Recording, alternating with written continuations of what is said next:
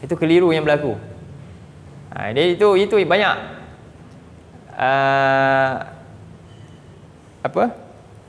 Satu lagi, apa yang kita fikir kan, dia jadi doa contohnya.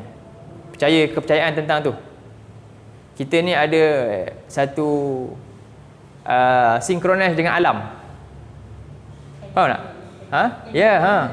Tu betul tak? Betul berasa tak benda tu? Orang Melayu semua suka, orang semua suka benda tu. Kita ni sebenarnya aura, kita ada aura ni, kita ada sinkronis dengan alam tau. Ada ke Islam ajarnya tu? Tak. Sinkronis dengan alam. Jadi alam ni dia akan ikut apa yang aura kita tu. Kalau kita negatif, alam akan negatif dengan kita. Waliyazubillah, ini pun bahaya. Dia sebenarnya dia bertuhankan apa tu? Alam lah. Energi dia dalam tak sedar. Jadi percaya ke tu. Jadi dia tempel hadis. Hadis apa dia? Apa dia? Allah lah. Ana inda zanni abdi bi. Allah ikut sangkaan hamba dia. Dah lain. Itu tak ada kaitan sebenarnya. Dia guna yang itu pula, dia tempel. Jadi ini benda yang sebenarnya amatlah jauh daripada ajaran Islam. Ini bukan ajaran Islam ni sebenarnya, dia ajaran lain yang diserap masuk dalam Islam. Ini ajaran New Age, tapi dalam sebenarnya dia daripada ada kaitan dengan Hindu dan sebagainya. Dengan Sikh dan sebagainya. Sebab mereka percaya benda tu. Sebab mereka ni memang agama dia dengan macam tu. Baik. Tapi itulah benda-benda yang kita kena juga ambil perhatian lah. Kena hati-hati dalam bab-bab. Lagi-lagi orang muda sebenarnya, orang muda yang tak tahu ni, dia ikut je. Sebab dia akan tempel agama kita dalam tu. Dia akan masukkan, kaitkan.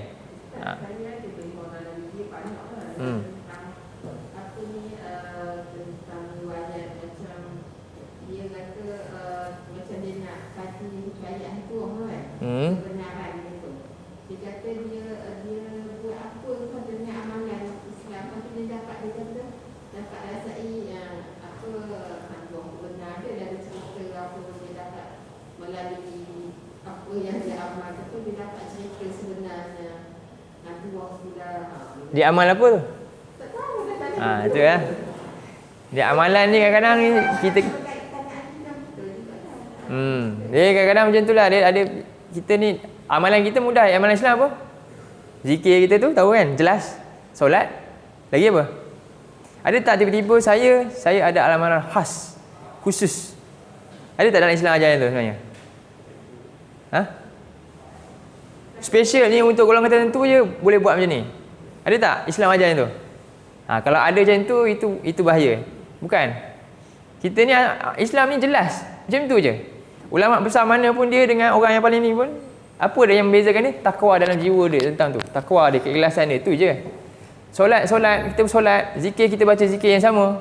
Ulama besar mana pun baca zikir tu, orang yang hamba Allah yang mana yang tak kenal pun baca zikir yang sama. Tak ada pula yang ni ada hak untuk satu amalan yang special. Dan tahap dia berbeza. Islam tak ada kasta-kasta agama dia. Tapi kalau ada orang dakwa, dia ada, saya dengan amalan-amalan ni saya dapat singkap sesuatu, tabir. Itu dah bukan. Faham? Dengan amalan sekian saya dah menyingkap sesuatu yang kalau orang tanya, akhirnya dia boleh buat dakwaan dia, suka hati dia. Sebab apa? Dia dah ada satu authority, seolah dia tu ada authority yang special daripada orang lain. Jadi bila orang lain nak cuba ni, tak boleh. Sedangkan Islam datang dengan apa? Hujah Quran dengan sunnah ni. Selagi mana tak selari, tak ada. Sebab tu dalam Quran Allah kata, cuba tengok surah Al-Jin. Surah Al-Jin 72. Sorry.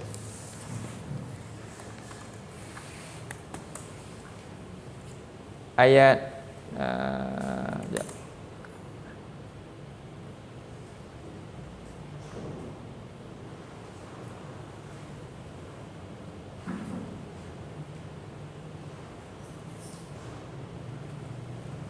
Jadi Allah kata alimul ghaibi. Dia maha mengetahui yang ghaib, fala yuzhiru ala ghaibihi ahda, dan tidak akan zahirkan sesuatu kepada seorang pun. Ayat 26.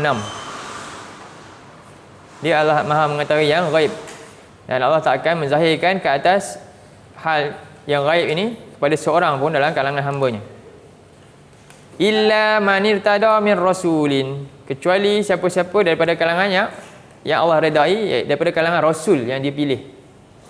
Fa innahu yasluku min baini yadayhi wa min khalfi rasada, maka sesungguhnya dia, Allah akan jaga, mengadakan malaikat-malaikat yang menjaga rasul ini. Jadi bila dakwa benda gaib, sebenarnya ayat ni dia telah bantah ayat ni seolah dia mendakwa dia juga termasuk rasul yang boleh tahu benda-benda yang sebenarnya dalam tak langsung. Bila saya dah tahu sesuatu rahsia jadi seolah-olah gitu. Sebab dia lawan dengan ayat ni.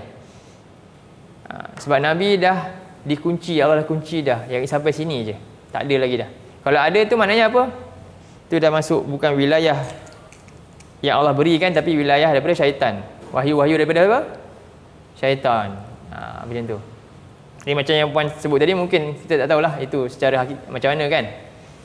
Tapi kalau dia kata dia dakwa, dia dah amalkan sesuatu benda, kemudian dia dapat singkap satu yang gaib. Jadi dia dah langgar ayat ni. Boleh langgar ayat ni.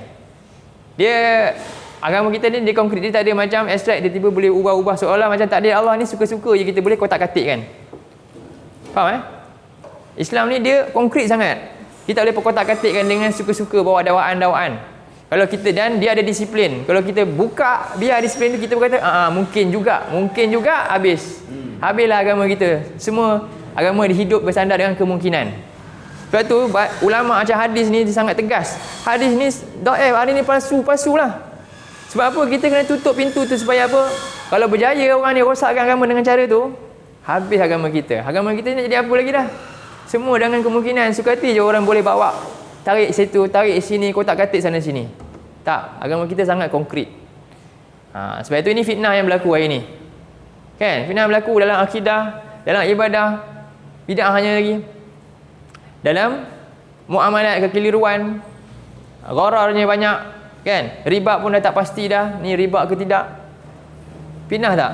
Sangat banyak. Sebab itulah inilah masa Nabi kata akan datang nanti sedang menghampiri kita zaman ni, iaitu zaman apa? Harta yang paling bernilai lah, bukan semua yang kita ada ni, tapi apa dah? Kambing-kambing je. Bahkan duduk tempat mana, tempat yang orang tak tahu pun, kat puncak bukit, yang tidak diketahui oleh manusia. Ini lebih bagus. Lebih bagus ada benda ni daripada kamu ada semua tapi apa? Terpalit dengan banyak fitnah yang boleh merosakkan. Jadi kita sampai sini dululah. Nabi kata apa? Segeralah beramal sebelum datangnya ujian fitnah ni. Dan kesan fitnah ini, musibah yang berlaku apabila berlakunya kerosakan ni, dia tak kena hanya pada orang yang buat rosak saja. Dia kena juga pada orang-orang yang soleh semua. Kita kena juga.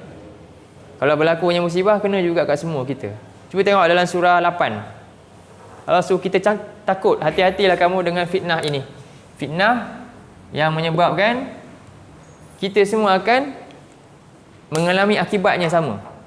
Bukan orang zalim je yang kena, orang zalim buatkan perkara, kita juga kena. Surah 8 ayat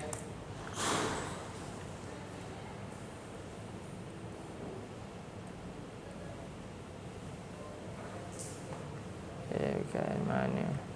Ayat 24 25. 24 25. Baca dulu. A'udzubillahi minasyaitonirrajim. Ya ayyuhalladzina amanu istajibu lillahi walir rasuli idza da'akum lima yuhyikum.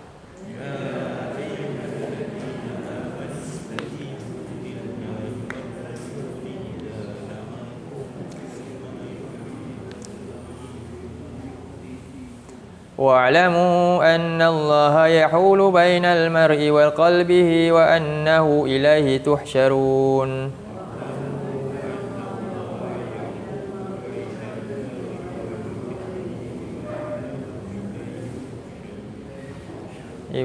Wahai orang beriman, jawablah seruan, perintah Allah dan Rasulnya, iaitu ikut perintah Allah sungguh-sungguh dan jauhi larangan-larangan Allah. Idza da'akum lima yuhyikum, apabila Allah mengajak, iaitu Quran ni, apabila datangnya Quran yang menghidupkan kita, datangnya ilmu ni, yang mana semuanya tujuannya agama ni adalah untuk membahagiakan kehidupan kita, untuk menghidupkan kamu. Terutamanya kat mana hidup lagi? Ke akhirat. Kita tak nak nanti ke akhirat kita rupanya la yamutu fiha wala yahya, tak hidup tak mati. Lagi dahsyat nanti. Kena seksa.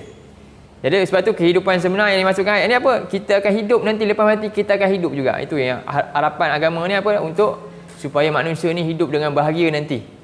Bahagia yang sebenar-benar di akhirat. Dia wa'lamu annallaha yahulu bainal mar'i wa qalbihi wa annahu ilaihi tuhsyarun. Dan ketahuilah kamu bahawasanya Allah itu dia yahulu. Apa ni? Yahulu ni membatasi, iaitu dia boleh ubah-ubah di antara seorang dengan hatinya. Wa annahu ilaihi tuhsyarun. Jadi Allah ni boleh bolak-balik ke hati manusia bila-bila masa je. Jangan kita sangka apa, contohnya kan, kita remehkan perintah Allah. Alah, buat dosa sekejap je, nanti kamu tahu buat balik. Sekali Allah apa, tuis hati dia, terus dia suka buat maksiat. Kan? Ataupun contohnya dah rajin ni, tadi istiqomah belajar Quran, tinggal sekejap je, sehari je, Allah tuis hati dia, dia rasa macam malas pula nak pergi. Sampai sudah dia akhirnya tak datang-datang. Contoh, itu siapa punya kerja? Allah. Sebab itu Allah kata apa dalam ayat ni? Maintain, buatlah istiqomah lah, buat amalan ni, jangan tinggal. Sebab apa? Kadang-kadang kita sangka tak apa sekali-sekala, tapi dengan satu tu Allah bolak kunci terus hati kita, rugi terus kita. Takutlah kepada apa ni, dosa kita walaupun kecil tu. Dan Allah kata lagi, wattaqu fitnatan la tusibanna alladhina zalamu minkum khassah.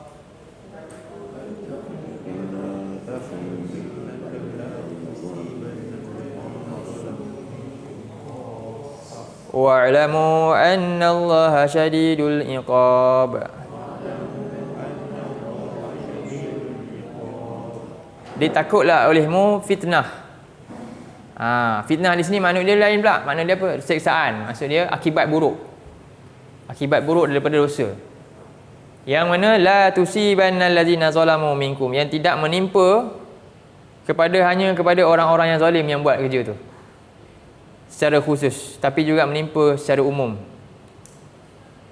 Jadi ada berlaku, tengok kan, bala bencana ke, kita jangan ingat saya baik, saya selamat. Tak, semua kena sama je. Sama je. Jadi wa'lamu annallaha syadidul iqab, dan ketahuilah kamu bahawasanya Allah itu amat keras siksaannya. Baik, jadi untuk bahagian pertama kita berhenti sampai sini. Nanti kita sambung lagi bahagian kedua pada hadis yang sama. Baik, sampai sini dulu untuk pagi ini. Qulu qawli hadza wa astaghfirullahal azim li wa lakum. Sebelum saya nak beri pengumuman sikit lah, tempat ni, hari ni kita last kuliah kat sini. Hari ni kita last. Pada minggu depan, next lah, lepas ni, sebab kita terpaksa keluar ni. Kita dah habis dah, Februari ni nak kena keluar dah, nak pindah di Simpang Lawin. Tahu tak Simpang Lawin? Nanti kami bagi alamat. Tempat lama tu, dia macam rumah lah tu, tapi selesa je. Dalam tu ada lebih kurang lah, boleh kelas dalam jambatan kereta api tu kan. Jambatan kereta api tu jumpa rumah pertama kat situ, rumah tu. Parking je tepi tu. Masuklah.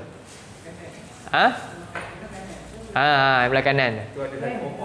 Ada sebiji rumah je pun situ. Rumah tu rumah pelajar wakaf kita. Dia wakafkan. Cikgu Fauziah. Dia ada online. Dia wakafkan untuk kami lah Al-Quran ni. Dulu belajar situ lah, mula-mula kelas kat situ. Jadi kita balik ke situlah insya-Allah. Jadi itu sajalah. Nanti kita bagilah mungkin Google Map tu kan, alamat dia ni bagi dalam grup lah. Boleh datang ke sana. Lepas ni kelas kita buat situ insya-Allah. Okey. Subhanakallahumma wa bihamdika asyhadu an la ilaha illa anta astaghfiruka wa atubu ilaik. Allahumma ja'al hadza jama'ana jama'an marhuma wa tafarraqna min ba'dihi tafarraqan ma'suma. Allahumma arinal haqqa haqqan warzuqna ittiba'ah wa arinal batila batilan warzuqna ijtinabah. Wa sallallahu ala nabiyyina Muhammad wa ala alihi wa sahbihi wa sallam. Alhamdulillahirabbil alamin.